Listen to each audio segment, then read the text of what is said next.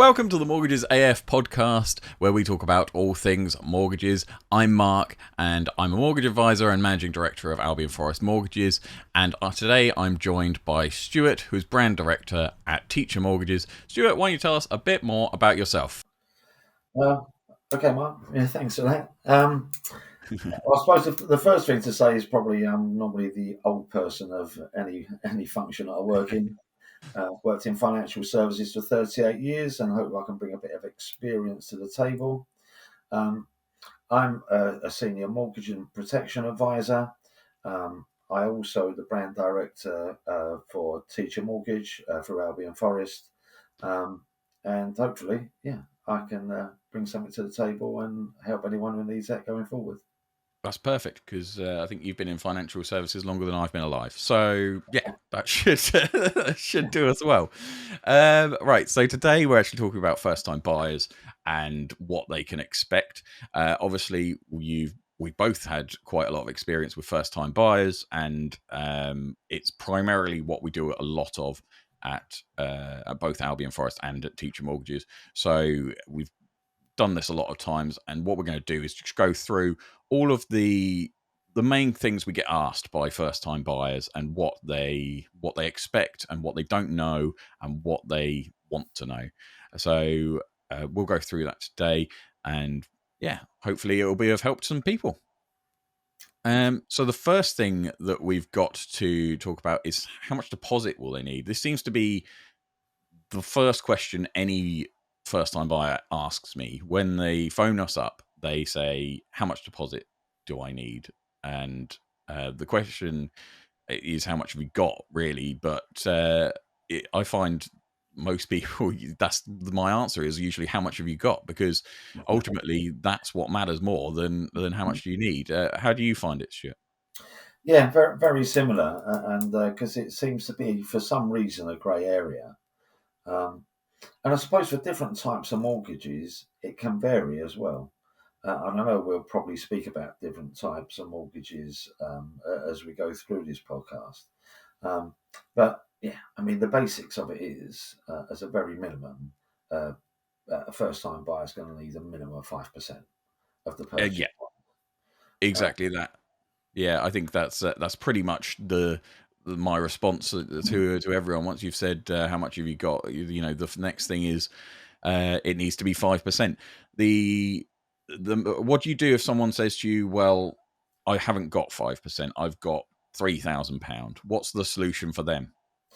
Well, I suppose the number one thing is that many people have got family, parents. I mean, it needs to be direct family who may be able to support them and maybe give them a deposit. That seems to be a really big thing these days, and something that probably years ago wasn't open to people. But these days, a family gifted deposit is something that really can make the difference to a first time buyer. The one thing to say on that is it has to be gifted, it cannot Mm. be loaned. So you need your direct family to say, we're happy to gift you this amount and we don't want it paid back. Yeah, that's really important, and they have to sign something saying, you know, it's legal. They can't ask for it back. So it's yeah, I think family helping out family is a big thing, and we're not going to go into it much today. We've probably got a whole episode on for how family can help Yeah. first time buyers uh, buy a property, and things like joint borrower sole proprietor, or releasing funds from their own home in order to gift a deposit and things like that. But yeah, I think certainly getting a gifted deposit is the most common thing that we see. I would say probably at least half of my first time buyers have a gifted deposit, if not more. I think it's more and more common and needed these days, because house prices are so huge compared to what they were 20 or 30 years ago. Um, yeah, I mean, there's always the other option of shared ownership, and we'll get onto that a bit later, which obviously requires a smaller deposit. And I think that is another solution for some people as well, but not everyone. Yeah. Um, the next sort of question we get, and we get it a lot, is what documents am I going to need? And I think obviously ultimately it comes down to the lender. So each lender requires different things. but we can sort of give people an idea of the core things that they're going to ask for, can't we? We can. Um, Yeah. what would you say are the sort of 3 or 4 most common things that a lender's going to require? Okay. So, as far as this is concerned, you're exactly right, Mark. I mean, certain lenders will ask for different things and different number of things. Um, but for a first time buyer to be aware, the things that may be asked and we will ask for is 3 months pay slips, or if you're self employed, we'd want 2 or 3 years completed accounts, um, 3 months bank statements, because they'll want to ensure that that what you're telling them is true, what's going in and out of your account. We'll also need a credit report, and for ID, a passport, driving license, or utility bill.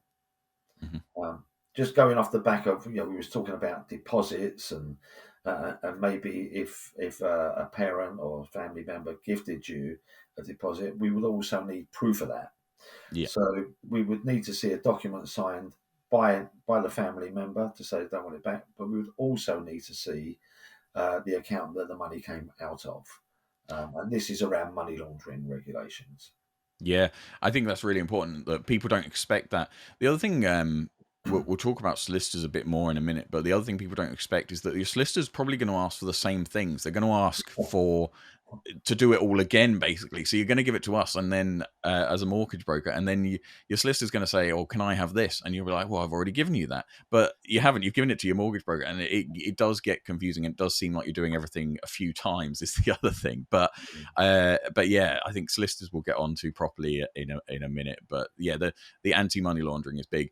The other thing to mention with bank statements, there, something you said, it's to make sure that exactly right that the what people tell us is accurate. And um, I think one of the biggest pieces of advice I can give someone that's looking for a mortgage is be honest with your mortgage broker. So Yeah, if you've got something on your credit file, or if you've got something in your bank statement that you think might affect it, don't try and hide it. We're going to find it anyway, or the lender will find it anyway, or the solicitor will find it anyway. There's so many people that are going to look at your documents that someone is going to find it anyway. So it's really important you be upfront with your mortgage broker, because then they can make the proper recommendation. So if you've got a missed payment on your last direct debit for, I don't know, TV license, tell your mortgage broker, because they'll then go, "Oh, well, what happened there?" And you can say, "Well, oh, sorry, I was changing bank account and this happened, and then that's why it's like that." But if you're not upfront with your mortgage broker, they'll make the wrong recommendation, or they might make the wrong recommendation, and then you gonna have to apply for multiple mortgages. And that's, I think, where sometimes people end up going to one lender and then changing lender because they've not been upfront. So yeah. I think it's really important that you're upfront.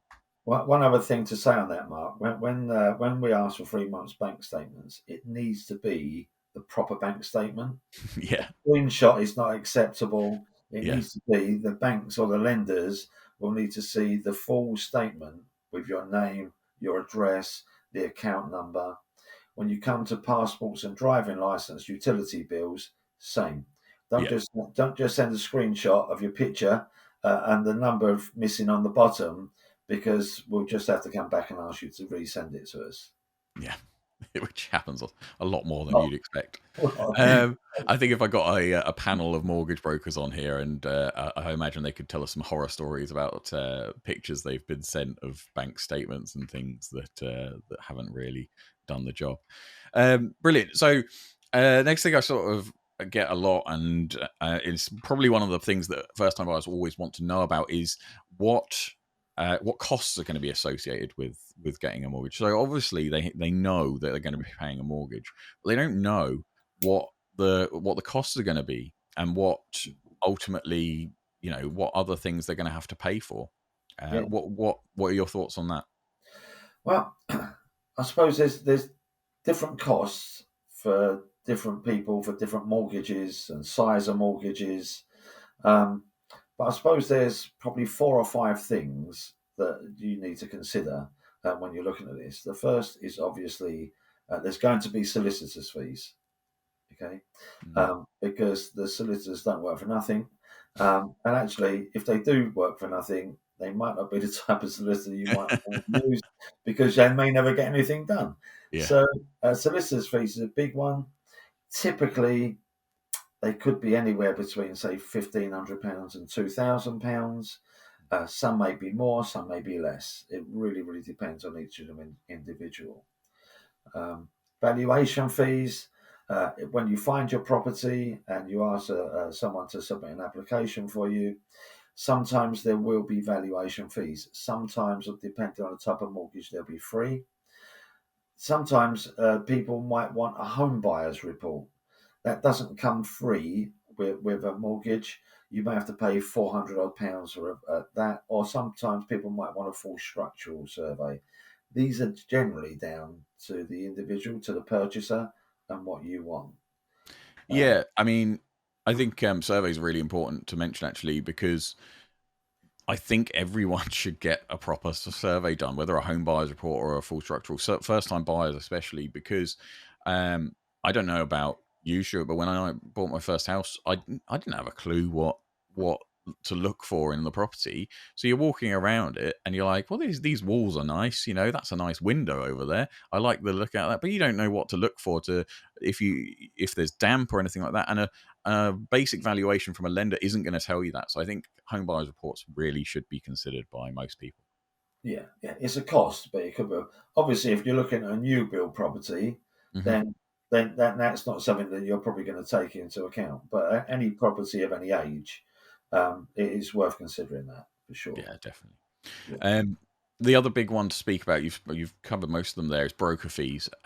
Your mortgage broker will more than likely charge you a fee, and it can range, can't it? So it varies a lot depending on the broker, depending on the complexity of your case as well. So if you're coming in and you're doing a really complicated mortgage, just like joint borrower sole proprietor, and you've got 3 or 4 people on the mortgage, it's probably going to cost more than if you're just doing a straight and we're both employed and we've got our own deposit, and there's very straightforward mortgage. But yeah, I would say mortgage broker fees can vary quite a lot depending on your situation and the mortgage broker you use. correct. There can also be a product fee, for the type of product you're going to take out for your mortgage. Sometimes you can add this to your mortgage, so you might not physically need to pay that fee. One thing you do need to keep in mind if you do that is you'll pay interest on it, obviously. Mm. But you may decide to pay that fee and then not add it to and pay the interest on that as well. Yeah, I'd say it's very common to add it to the mortgage. I think most people probably do, in my experience anyway. But of course, you don't have to, and if you don't want to, you can always pay it Correct. out of your savings. Yeah. Perfect. Oh, I think that's pretty much the main fees done. There are always going to be little things that you might get as well. Like if you want an energy certificate, you might pay for that. Or if you, there might be small fees like CHAPS fees or bank transfer fees to transfer money and things like that. There are other fees potentially, but those are all sort of the big ones. The next thing I get asked a lot is, should I buy a new build property or should I buy a secondhand home? I mean, I call them secondhand homes. I think that's probably a really bad way of of calling them. You shouldn't call them that. But what would you say are the advantages and disadvantages of both, of new builds and pre-existing homes? So I've had both. So I've had a couple of new build properties. I've purchased existing properties out there that are not new build. Um, I suppose there are advantages and disadvantages. Advantages of new build property is um, it's fairly straightforward. There's no one in a chain below the new Mm. build, generally, or above that. So you haven't got to wait for someone, sorry, above the chain. You haven't got to wait for someone to purchase it there. That helps out. And the biggest with that is you probably get a 10 years builder's guarantee with it. Yeah, And hopefully when you move in, it should be nice and shiny and brand new, and you might have to decorate for 2 or 3 years. And so maybe. it would be of sound construction, and lots of people like moving into a property for the first time when no one else has been in there before. Um, Yeah, definitely. there are some schemes out there to support people in new build as well. We're just about to lose Help to Buy, but there are things. There's a couple of schemes going around at the moment. Something called First Home Scheme, Mm. and also Deposit Unlock Scheme. So there's schemes around there that can help with that. The Yeah, certainly. the I advantage think, of existing properties, I suppose, is you can see what you got and it's still standing after a number of years. yeah, I think that's the thing, right? So um, you know that you know what you're getting. You know, you can see that it's there. You can see that someone's living in it. So there's obviously, well, I say obviously there's nothing wrong with it, but in theory there shouldn't be anything wrong with it, because who's going to live in a house with, a broken boiler? People aren't going to do that in general. So Yeah, I think, yeah, I think there is that. The other obvious benefit is usually for the same property of the same size, you pay less for a pre-existing home, a second-hand home, than you would for a new build generally. So new builds tend to be a bit more expensive. You mentioned a couple of schemes there. The first home scheme is new and there isn't much of it around. I wish there was, because it would be perfect for replacing Help to Buy, but it's just not very accessible at the moment. The Deposit Unlock scheme that you mentioned there as well is it's a good scheme, and there are lots of lenders on it now, because up until a few months ago there was only like 2 lenders that were doing it. But basically it just means you can use a 5% deposit to buy a new build property, which is really good. But there are obviously lenders that were doing that anyway, so swings and roundabouts. Brilliant. Okay, so why don't we go through the entire process and what it would look like start to finish, so people can have an idea of what to expect throughout the process. yeah. Um, what's the what's the first thing a person wanting to potentially buy a house should do? You talk about once they got over the nerves and how nerve wracking it is. Yeah, do they get over that? I think when I bought my first house, I didn't. Until I had the keys. I think I was a nervous wreck. But yeah, I suppose that the first thing is, I suppose, that you really, really should do is find out how much it's possible for you to borrow. yeah, Just on the fact that, we can get a bit carried away and see these beautiful places and think that's what I want, only to come down in a little bit when it's unaffordable. So mm. the first thing people ought to do really is look and find out exactly how much they can borrow, what the possibility is.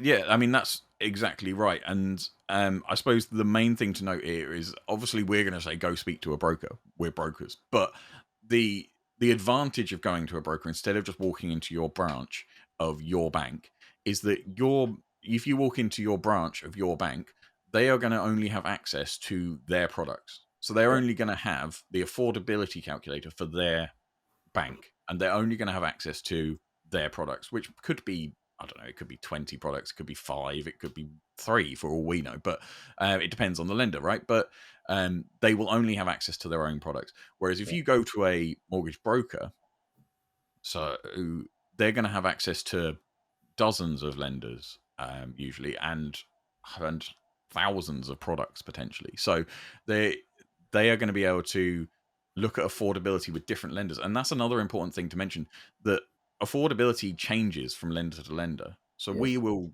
compare lots of lenders, won't we, when we do when we look at affordability for a client, and it can vary. So you might get 150,000 from one lender, but another one will go to 250,000, yeah, just because of how they calculate things and how they stress test things. So yeah. it can vary a lot, I think. I think that's why it's really important to go to an advisor. I think the other thing to say around that is as well, we can book an appointment over the phone with a client at short notice, and as long as they've got the information of earnings and it's correct, we can do that over the phone in 15 minutes. Uh, Yeah, uh, whereas the odds are, if you're going to go to your own bank, apart from the fact that you're not going to get a varied amount of different offers out there, you probably have to book an appointment and go down and see them face to face and take a lot of time. yeah, So I think at this stage you want an idea how much you can borrow. Then that's a good time to speak with a broker. And there's no, and a good broker is not going to charge you for that service. No, no, definitely not. I don't think. Well, I'm sure some might, but We definitely not won't. most of them. Yeah, exactly.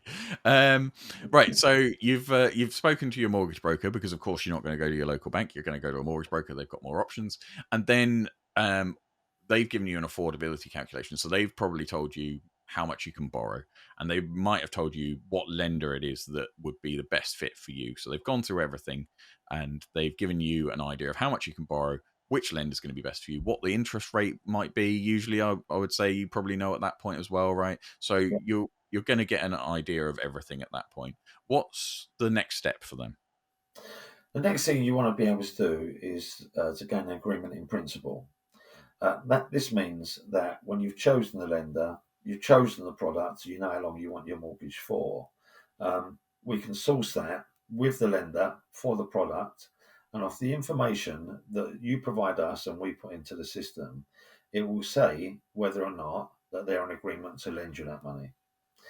The really positive thing about this is that once you have an agreement in principle, you can confidently go and look at any property within the boundaries of the affordability that they've given you and talk to an estate agent or wherever you're purchasing and say, I'm a first time buyer, I have an agreement in principle, I'm ready to go. That will really stand you in good stead. Right, exactly that. Right, that's the important thing. So, um, if you go to an estate agent and you say, "Look, I'm a first-time buyer," that means you've got no chain behind you. You've got no one buying your house. So, I'm a first-time buyer. I've already been to a mortgage broker. They've given me a mortgage in principle. That means you're incredibly proceedable for that estate agent. So, your offer is probably worth more than someone that comes along and says, "Oh, no, I haven't got a mortgage in principle yet. I've got to sell my house. It's not even on the market yet." You're in a position to move ahead. So that Yeah. makes you really. I hadn't even thought to mention that. So yeah, that's really important. Yeah. Um, Um, yes, Once you've sorry. got that, then you need to go and see an estate agent or someone. Go online, Mm, go and find a property. yeah, Go and find a property that fits what you're looking for. yeah. I think most people probably see 5 or even 10 sometimes properties before they find the right one. I mean, I've got clients that probably seen 15 or 20, and sometimes it's not straight away, but I would say for the most part people just know when they go see a property that they will know that's the one. And I think it is like that, and I always say to my clients, like, you'll know when you find the right one. You'll go and see someone, you'll be like, oh, Yeah, and you shouldn't just settle for the first one you find. But, well, I mean, it's up to you yourself, but you can buy whatever house you want. But I think it's important to say that a lot of people will see multiple properties before they find the one that they want. correct. Oh, but look, let's be honest. Sometime the first one you're going to see is the one. So Yeah, I mean, there's no rhyme or reason to any of it. I mean, tends to happen a lot more with new build, to be honest. hmm Because with new build, you can see the show homes, you can see the plans, you maybe even be able to see the property. So with new build, quite often, if it's the right area for you and a lot of things tick the boxes, you may literally go to one development and find what you want. yeah, I think new build is almost probably going to be like a whole other episode. I think there's so much to talk about with new build that we would probably need a whole episode to do it. So I think um, that I think it really, really could be um, a whole thing because there's so much going on with new build, what to expect, and the fact that you can't see the home you're buying. I think is probably the most important thing. So most of the time, you'll go and see a home, and it will Yeah. look like a home that you're going to buy, but it's not going to be the one you're actually going to get. That's going to be around the corner and is just a pile of rubble at the moment. So Yeah, I think yeah, a new build is there's a lot to consider when buying new build as well. Um, definitely, definitely. Okay, so you found the perfect property, and you've put in an offer. We could talk about how much to offer, but I think we'd be here all day because it's a debate that people seem to have. I get asked it a lot, but you've put in an offer. Whatever your offer is, whether it's 5,000 under, 10,000 over, whatever your offer is been accepted. Yeah. So the estate agent tells you, look, the seller has accepted your offer. What happens next? Next thing is you need to work quite quickly now. Yeah, So, yeah, exactly. you need to go back to whoever you're dealing with, whether that's your bank, your building society, or the broker, and say, I found my property. Here are the details. Can you get me a mortgage on this right now? And Yeah. they're going to say, we're going to need to submit an application for your mortgage application. Hmm. Now, there's going to be things that we need for this. Okay. We need the exact address. We need the exact price. We're going to need to know what solicitors that are going to be working on your behalf, and you can talk to us about that, or you can find them yourself. You know, it's exactly what you want. And you're also going to need to decide whether you're happy to just run with the valuation that's going to be done by the provider, or whether you want a home buyer's structural survey, whatever. So the first thing is an application needs to be submitted, but you will need other information that you might not have provided at that time to be able to submit that application. Hmm. Yeah, I think that's pretty much it. I was thinking while you were talking there, and I was going to say some stuff about solicitors, but I think again, solicitors is probably a whole other episode. I know as we're doing this, I'm like, oh, we're gonna have to do an episode on this and that. But like, I think there is a lot to think about when you're picking a solicitor, and I think there are definitely going to be slower ones and faster ones and better ones and things like that. I think in short, the thing I can say about solicitors is you get what you pay for. If they're the bottom end of the price range, they're probably not going to be as responsive as someone at the top or middle of the price range, and there's a lot to consider there. But yeah, I think we could go on about that for a while. Yeah, definitely. Right. Okay, perfect. So you've got your mortgage application in, and you can sit back then, right? So as a first time buyer, your job is done. So over to everyone else. So what happens after your application goes in? Okay, so your application goes in. At this time now, the lender will instruct a valuation to take place. If you want a home buyer's report, you can have that through um, the lender. They can probably arrange that for you to be done at the same time. You may want something independent for that, but either way, the lender is going to have valuation take place for their purposes to ensure that the valuation of property stacks up to what they're going to lend. Um, Yeah. when they receive that back, then they will do their compliance and underwriting and look over your whole case. So they've got a valuation that now fits.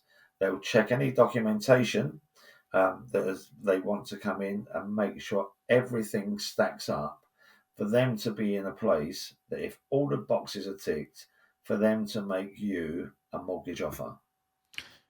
Yeah, I mean that's it. There's nothing I can say there. That is what happens. So yeah, I think that's pretty much covers what's going to happen between application and an offer. So when the offer comes out, um, the your if you've gone for a mortgage broker, they'll probably let you know. Um, they might send you a copy of it, but it'll be their copy probably, so it won't be the official copy. You'll probably get that through the post, but you'll get your official mortgage offer. At which point you can sort of jump up and down and happy days, right? That's because essentially once you've got your mortgage offer, uh, that's your mortgage secured. That's celebration time, and then from there there's not much more mortgage wise to do, really. I think I would say the once the mortgage offer's out, that's your mortgage underwriting bit done. So your mortgage has been approved essentially at that point, and then the rest of the process is down to solicitors. What would you say happens after the mortgage offer before you can move into your house? Okay, so the solicitors will get their own copy of the mortgage offer. You would have probably told them that that's on its way over by then because you're going to be so excited and jumping up and down. We'll all be breathing a big sigh of relief. And at that time, they will then start carrying out the searches and inquiries that they need to do to assure you that everything is bona fide in a good state and legally you're not going to be in a bad place if you was to purchase and go through to completion on this property. Um, when that's done and they are happy with everything and they've told you that, they will look then with the other party to set a date for exchange of contracts. And Mark can probably explain a little bit around what that looks like. So something that probably I didn't know when I was before I was in this industry is that exchange was just a word that was thrown around, and people would say, "Oh, you're going to exchange, then you'll complete," and you hear it thrown around. And what I probably didn't realize as a first time buyer, like 10 years ago, like when someone says exchange, it is actually exchanging contracts. They are actually physically going to send the contracts to each other and exchange them. So what will happen is you'll sign your contract, and and that doesn't mean that you've exchanged contracts. It just means you've signed it, and then they will actually physically exchange contracts. But they generally won't do that until they've got a completion date. So they will agree a date for everything to finish. So for you to complete buying the house, and once they've agreed a date, then they will physically exchange the contracts.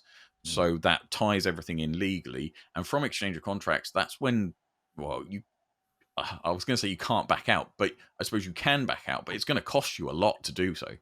Yeah, you've got a legal obligation to go to Exactly. completion at that time. And actually, one bit I did mean to say is, in between that time, you'll get a pack from your solicitor, and you'll open it up and you'll think, "My God, I need to buy some candles to run through this and check everything off." But you would see everything before it gets to that point. Yeah, I remember when I moved a few months ago, and the solicitor pack was something like 146 pages or something like that, and you think, oh, wow. I mean, I think when I send out my fact finder questionnaire to clients, and they, it's 2 pages long or page and a half, and they probably go, "Oh, that's a lot of information," and then they'll probably get the solicitor one and be like, "Oh no, it wasn't a lot of information that I had to give the mortgage broker," because That was there's just so much from the solicitor that you have to say. So.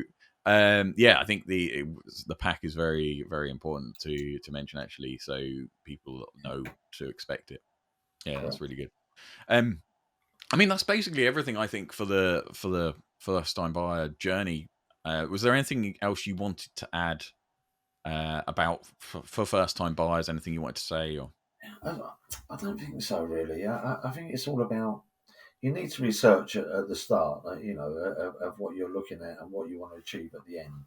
You need to make your mind up whether you're going to run with a bank or a builder society, or whether you're going to take advantage of a broker. Um, and then from there, I suppose you just got to make your choice on once you've done the best route, the broker that suits you.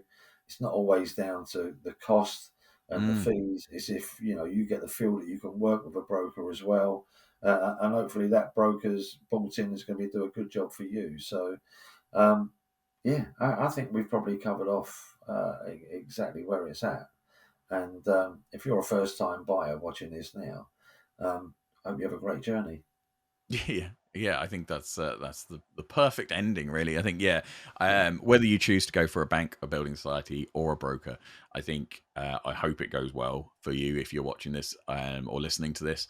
And yeah, I think we've given you all the information you probably need. If you have any questions, feel free to message us or anything like that, and I'll try and mention it on another episode or something like that. So thank you so much for joining us for the Mortgages AF podcast. And what we'll do is we'll probably release one of these every few weeks with different information for covering different things. And then, yeah, feel free to hit the subscribe button so you get notifications when they do come out. Cheers. Thanks, Stuart, for joining me for this. Stuart's going to be here pretty much every week, I think, every time I do one of these. And yeah, that was great. Yeah, good luck. Enjoy. Cheers. Thanks, guys. Take care. Bye bye. Bye bye. Bye bye.